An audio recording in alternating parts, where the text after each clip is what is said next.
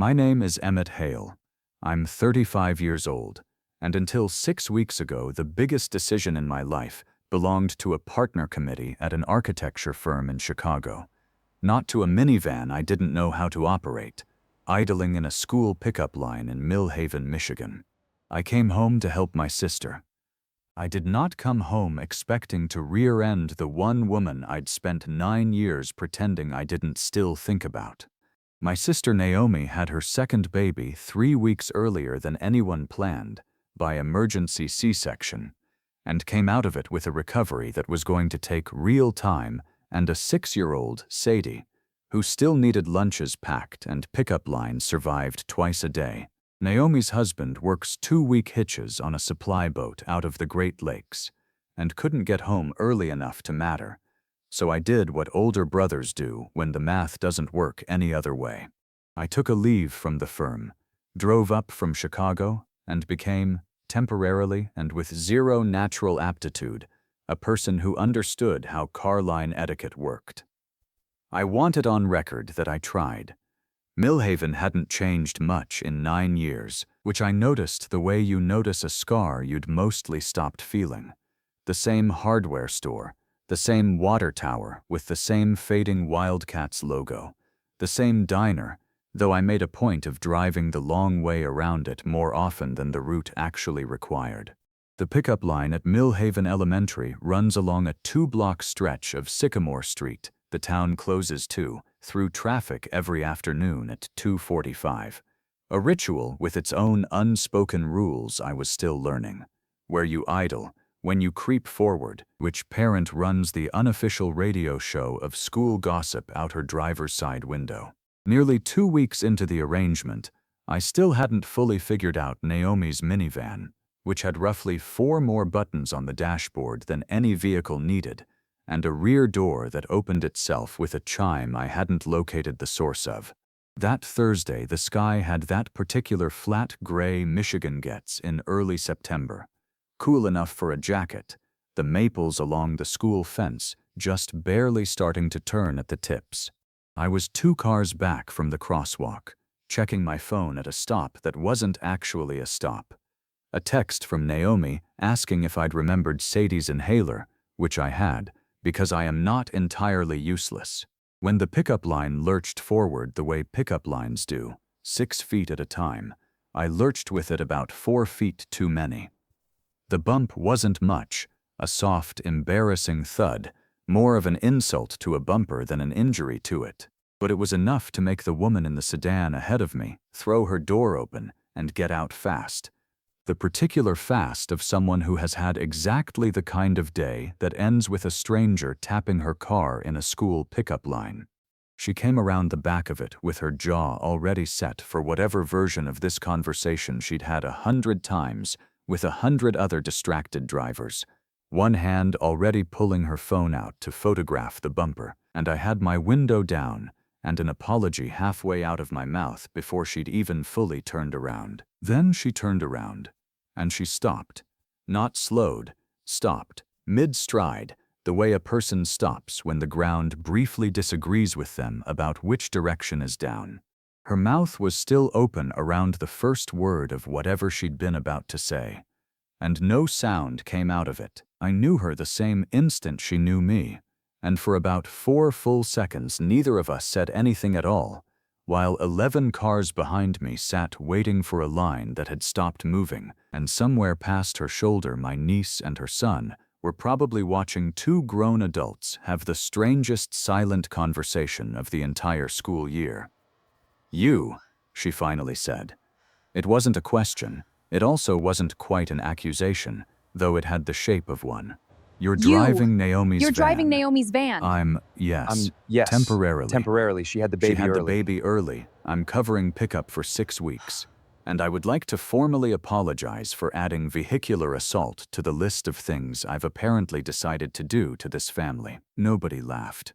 A kid 2 cars back rolled his window down to yell that the line was moving, which it wasn't yet, and a teacher's aide near the curb glanced over with the alertness of someone paid to notice when adults start behaving strangely near children.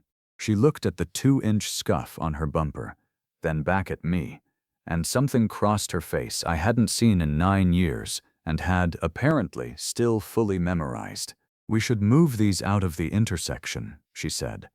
Which was true, and also clearly not the sentence either of us actually wanted to say next. We pulled into the visitor spaces along the fence, and it turned out 9 years hadn't touched her name any more than it had touched mine, because the second she said it out loud, "It's Josie, still, in case you were wondering if that changed too," it landed exactly where it always had, low in my chest, familiar as a room I used to live in. We traded insurance information through car windows with the stilted courtesy of people who used to know each other's coffee order and were now discussing deductibles. Neither of us mentioned the obvious thing. Then a small boy with her exact chin came barreling out of the building with a backpack half on, saw the two bumped cars, and asked with enormous seriousness whether anyone had died.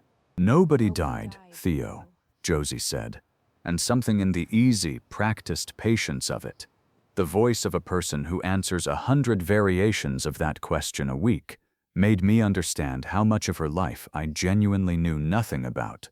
9 years is a strange unit of time to measure a person by. It's long enough to make partner track at a firm I'd once described, to Josie specifically, as the kind of place I'd only work at if I ever became someone I didn't recognize.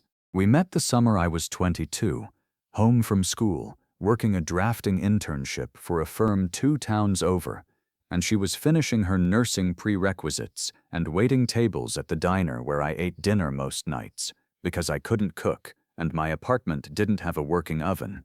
She used to draw a little star on my check when I tipped well, which I started doing on purpose, badly, transparently, until she finally told me she'd noticed, and I didn't have to keep performing generosity to get her attention. She'd already noticed me in June. We were engaged by the time I was 25, a ring I'd saved 4 months for, a plan to marry the following spring in her parents' backyard, and a life mapped out with the kind of confidence only 2 people with no money and no real problems yet can manage. A year before any of that fell apart, on a night we couldn't afford the appetizers we ordered anyway, I drew her a house on a diner napkin, a ridiculous little sketch with a porch too big for the frame, and a second floor that violated at least 3 structural principles I now actually understand, and told her that was the plan. Someday, once I was somebody. She folded it in half and put it in her jacket pocket like it was a document with legal weight. The job offer came the following March, a fellowship track position at a Chicago firm, doing exactly the kind of civic and institutional work I'd built my whole education around wanting to do. The sort of opportunity a person gets once, if they're lucky. I was standing in her parents' kitchen reading the letter out loud when I realized she'd gone quiet in a way that wasn't excitement. She wasn't against it, not exactly. She asked, reasonably, whether we could take a week to actually talk through what it meant. For the wedding, for her own nursing applications, for whether we'd be doing this together, or whether I'd already decided and was informing her after the fact. I heard that question through the specific ear of a 26-year-old who'd spent his whole life listening to his father explain, gently and repeatedly, that architecture was a hobby a responsible man eventually grew out of. I didn't hear a woman asking to be included in a decision that was going to reshape both our lives. I heard someone else telling me I wasn't sure enough of myself to be trusted with my own future.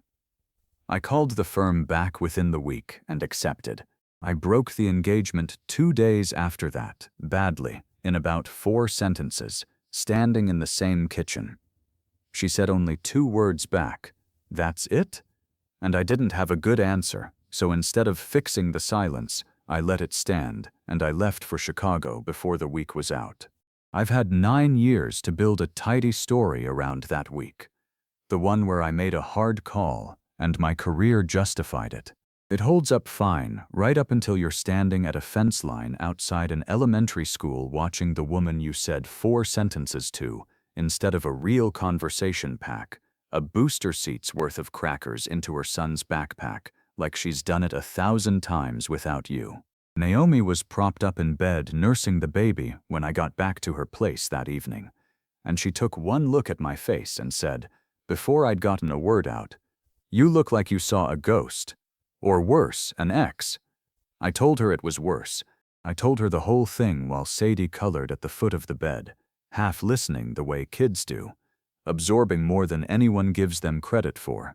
I held the baby for the first time that same night, once Sadie had been talked into her own bed and Naomi's eyes had gone heavy in the particular way of someone running on 4 broken hours of sleep.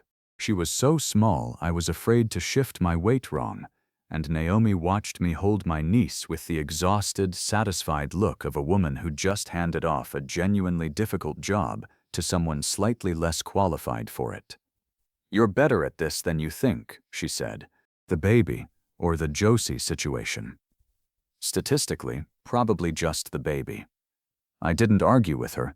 I was fairly sure she was right on both counts, in opposite directions. Naomi, who'd been 16 and insufferable about it at the time, remembered Josie fine.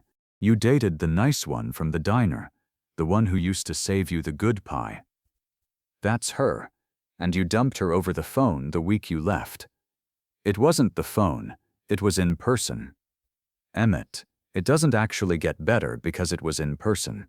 I didn't have a response to that, mostly because she was right, and being right was clearly a skill Naomi had held on to since she was 16 too. A week or so into whatever this was becoming, pickups that ran long, a second grocery run that somehow became a joint one, Sadie asking daily whether Theo was coming over. Josie caught me alone at the fence and said what she'd clearly been building up to for days. "I need you to actually think about something before this goes any further." I told her I was listening. "Theo already asks me most nights whether Sadie's uncle is coming to the thing tomorrow, whatever the thing is. He doesn't have a lot of consistent men in his life, and I'm not interested in him getting attached to one who's got a return date circled on a calendar somewhere." It landed exactly as hard as she meant it to. "I don't have a return date circled anywhere," I said, which was true in the sense that I hadn't written one down, and completely false in every other sense, since I had, in fact, 6 weeks memorized down to the day. She looked at me like she knew that too. "Then we're fine," she said, in a tone that made clear we were not currently fine, and that fixing it was going to take more than a good sentence. The bumper turned out to need actual work, not just a buff-out, which meant a second conversation a few days later at the one body shop in Millhaven that could get to it before winter. We ended up in the waiting room at the same time by pure bad luck. 2 plastic chairs and a coffee machine that smelled like it had personally seen better decades, while a mechanic named Roy quoted us both estimates that made us wince in stereo.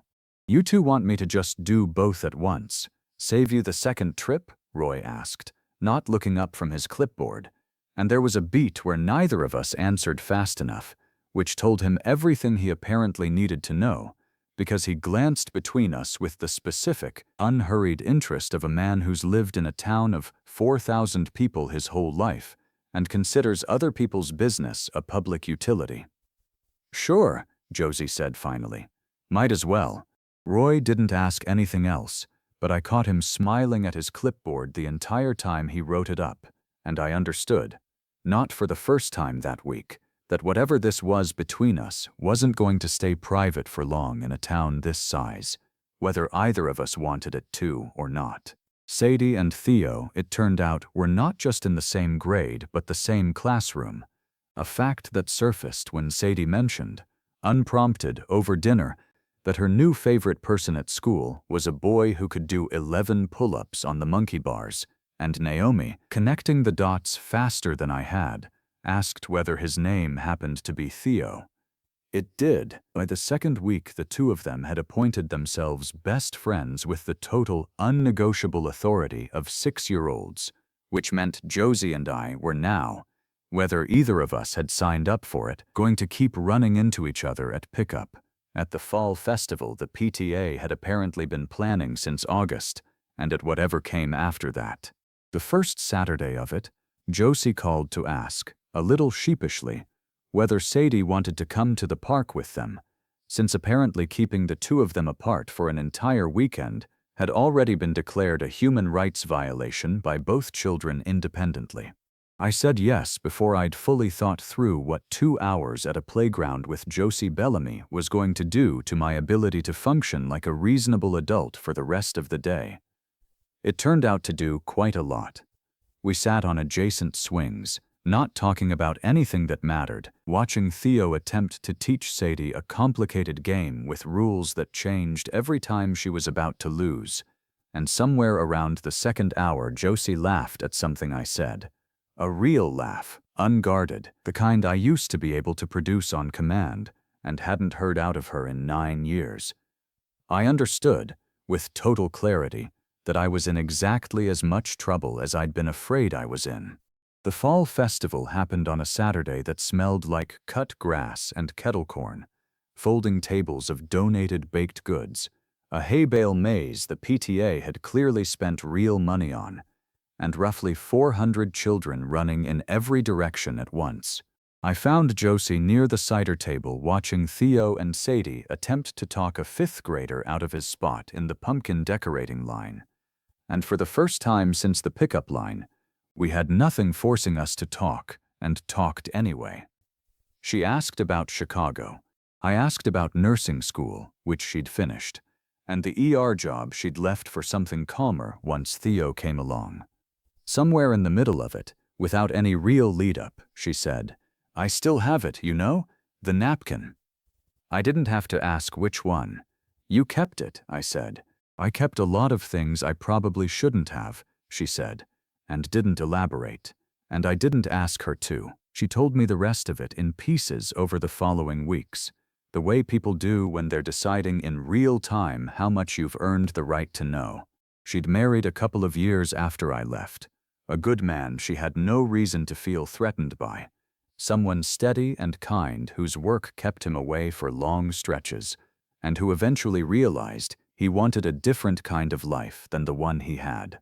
The divorce had been quiet, mutual, finalized 2 years back, and Theo split time between them on a schedule that mostly worked. "I'm not telling you this so you'll feel sorry for me," she said, one evening on her porch steps while the kids chased fireflies in the yard like bedtime was a rumor nobody had confirmed. "I'm telling you because I need you to understand that I already did the thing where I built a life around a man who wasn't fully in it. I'm not doing that twice." I told her I understood. She looked at me like she wanted to believe that and hadn't quite gotten there yet. Which was fair, because 9 years ago I'd given her every reason not to. Theo had been trying to ride his bike without training wheels for most of the summer, and had mostly given up on it by the time I showed up. The specific kind of giving up that looks like just not mentioning it anymore.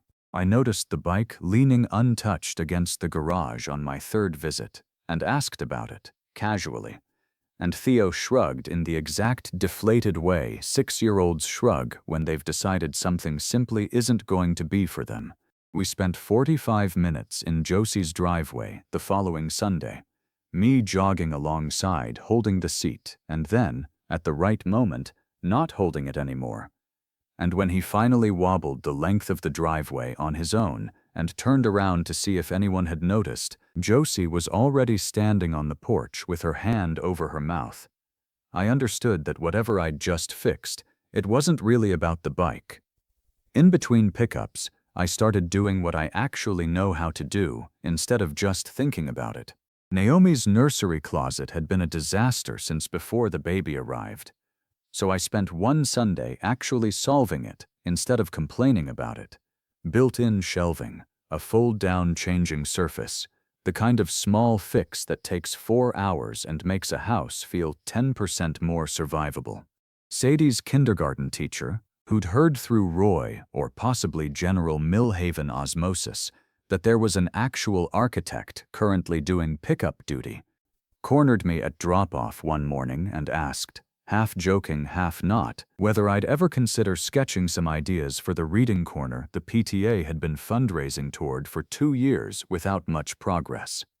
I said I would, I spent an evening drawing built-in benches and a window seat that didn't exist yet anywhere except on paper, purely because it felt good to make something instead of just deciding things, and dropped the sketches off the following week without telling Josie, who found out about it from Theo, who announced it at dinner with the breathless outrage of someone personally wronged by not being told first. Josie's mother spotted us together at the grocery store during my 3rd week in town, both of us there separately and running into each other in the cereal aisle with our respective kids, and she didn't bother pretending she hadn't clocked exactly what she was looking at. "Well," she said, looking between us with the particular satisfaction of a woman watching a decade-old prediction finally come due. "Isn't this something?" Josie told her, a little too fast, that we'd just bumped into each other, which was technically true of several distinct occasions by that point, and increasingly beside the point every time. Her mother didn't argue. She just smiled at her cart the whole way to the checkout, the same way Roy had smiled at his clipboard, and I got the distinct sense that half of Millhaven had already written this story before we'd finished living it. Dinner at her place a few nights later turned into its own kind of interrogation, run entirely by a 6-year-old with strong opinions about ketchup placement. Theo wanted to know if I was Sadie's uncle forever, or just for the 6 weeks. I told him forever. Uncle wasn't the kind of job with an end date.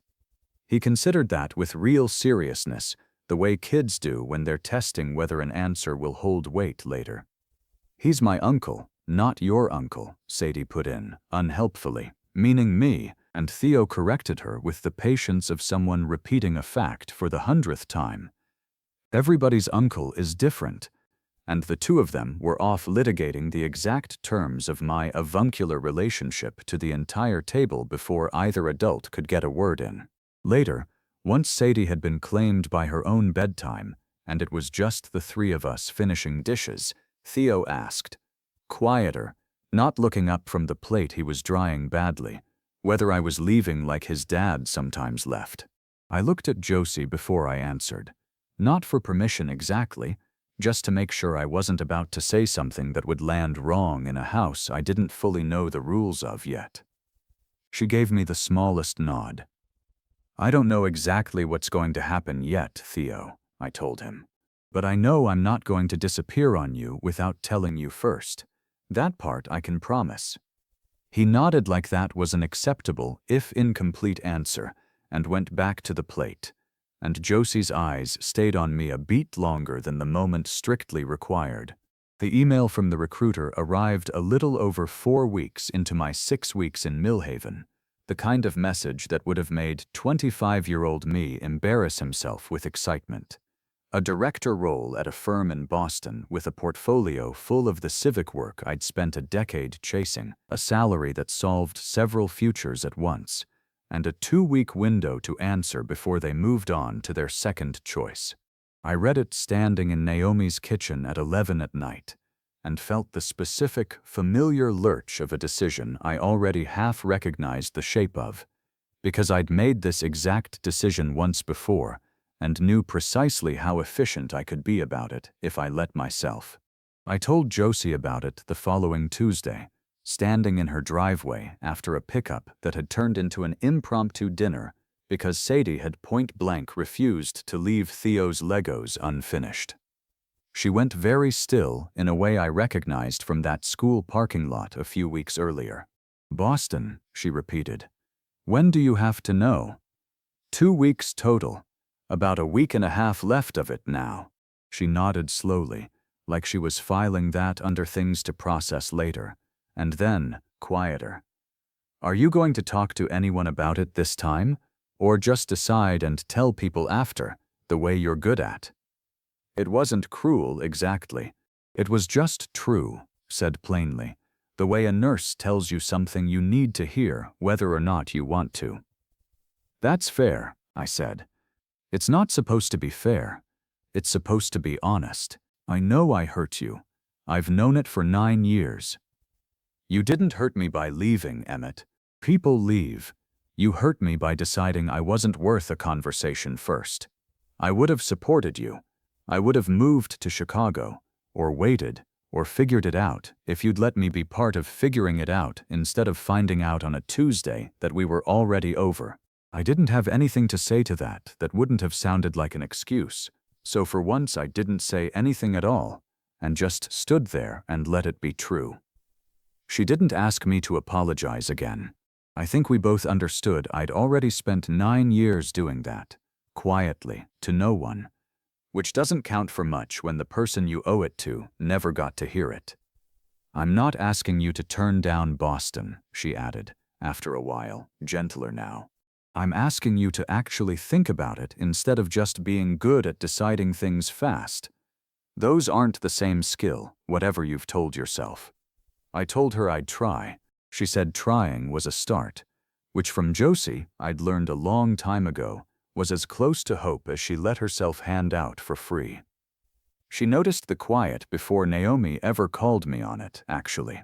She didn't say anything directly, but she stopped letting the pickups stretch into dinner, kept our conversations at the fence line short and logistical, the way you talk to someone you've quietly decided to stop expecting things from. I told myself I was imagining the distance. I wasn't. Worth a conversation first. I would have supported you.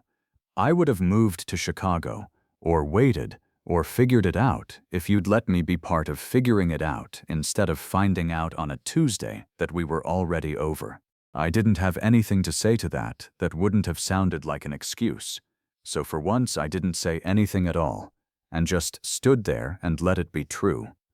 She didn't ask me to apologize again. I think we both understood I'd already spent 9 years doing that, quietly, to no one, which doesn't count for much when the person you owe it to never got to hear it. I'm not asking you to turn down Boston, she added, after a while, gentler now. I'm asking you to actually think about it, instead of just being good at deciding things fast. Those aren't the same skill, whatever you've told yourself. I told her I'd try. She said trying was a start, which from Josie, I'd learned a long time ago, was as close to hope as she let herself hand out for free. She noticed the quiet before Naomi ever called me on it, actually. She didn't say anything directly, but she stopped letting the pickups stretch into dinner, kept our conversations at the fence line short and logistical, the way you talk to someone you've quietly decided to stop expecting things from. I told myself I was imagining the distance. I wasn't. I called my father that weekend, which I don't do often, mostly to hear how he'd react to the word Boston. Director level, he said, when I told him, in the tone of a man finally handed evidence he could present in court. That's a real job, Emmett. That's something. He didn't ask what I'd be giving up to take it. He never has, not once in 35 years, because in his math, nothing gets given up by moving toward a bigger paycheck, only by moving away from one. I hung up understanding something I hadn't fully let myself understand at 26, which was that I'd spent a decade trying to answer a question my father was never actually going to stop asking, and that the answer had never been available in Boston, or Chicago, or anywhere else on a map, because it wasn't really a question about geography at all. For 2 days after that call, I did the thing I do, the thing apparently everyone in my life has had 9 years to catalog. I got quiet. I told myself I needed to think clearly, which mostly meant I stopped calling, stopped coming by outside of scheduled pickups, and spent an evening actually drafting a response to the Boston recruiter without telling a single person I was doing it. Naomi caught me at it, laptop open at her kitchen table, and read about 4 words over my shoulder before I could close it. You're doing it again. I'm thinking. You're deciding, quietly, alone, in a kitchen, while a woman who has been nothing but honest with you waits to find out what you picked, same as last time. I told her it wasn't the same. She asked me, not unkindly, to name one actual way it was different. And when I couldn't, she just looked at me the way our mother used to when she already knew the answer and was waiting for me to catch up.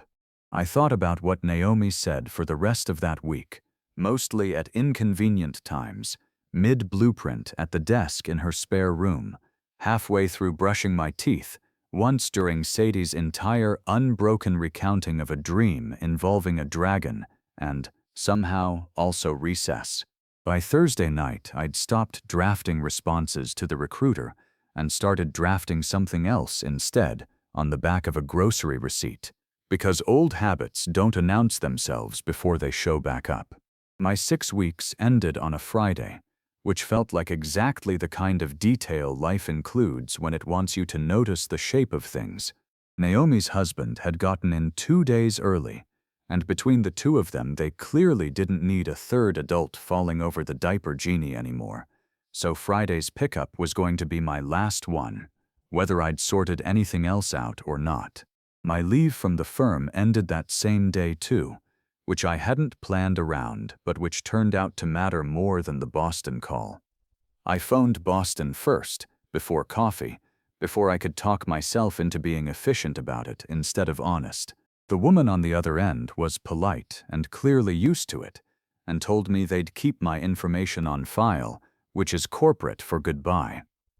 I didn't feel the relief I expected. Then I called Chicago, and instead of confirming my return the way I was supposed to, I told them I wouldn't be coming back either. 9 years earlier, that sentence would have felt like throwing away everything I'd worked for. That morning it felt like finally admitting I wanted to build something somewhere else. I felt like I'd finally stopped holding my breath on something I hadn't told anyone I was holding. By 3:15, the lot had mostly emptied out, the way it does once the bus is clear and it's just the stragglers and the parents who talk too long at the fence. Josie was there with Theo already half buckled in, and Sadie was making her case for one more turn on the tetherball pole before I dragged her toward the van. I told Sadie 2 minutes, which bought me exactly that. Somewhere behind us, Theo had abandoned his booster straps to watch through the open door, and Sadie had gone still mid-swing on the tetherball rope, both of them sensing, the way kids do, that something worth watching was about to happen. "Last day," Josie said, not quite a question. "Last day. Boston. Called them this morning. Told them thank you, but no. Called Chicago too, right after my leave was up today, and instead of telling them when I'd be back, I told them not to expect me." She didn't say anything right away, which after 9 years of reading her silences I'd learned wasn't nothing. It was her actually taking a fact seriously instead of reacting to it. I reached into my jacket and pulled out the grocery receipt from Thursday night, a new little house taking shape across the back of it in pencil, still rough, still unfinished. "I know you've still got the first one," I said. "I'm not asking for that blueprint back. I don't think either of us should want it back, honestly. It was drawn by somebody who didn't know what he was doing yet. I'd like to draw a new one. Slower this time, with you in the room for it."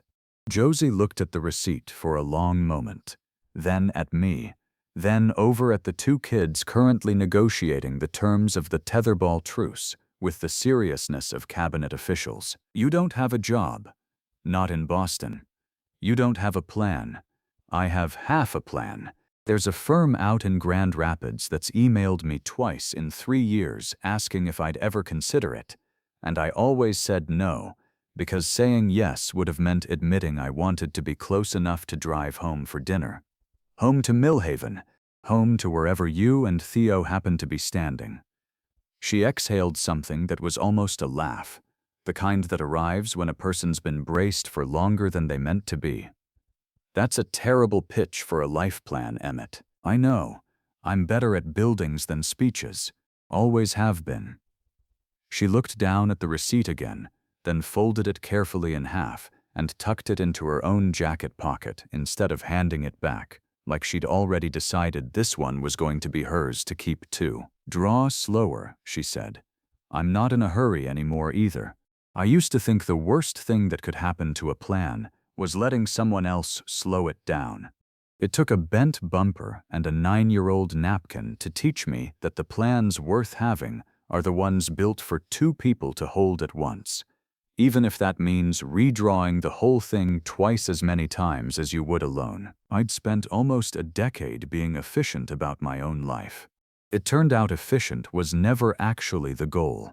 The following spring, I was back in the Millhaven Elementary pickup line, in my own car for once. Naomi's van had gone back to being just Naomi's months earlier, once her husband was home for good, and the 4 extra dashboard buttons I'd never fully mastered were somebody else's problem now.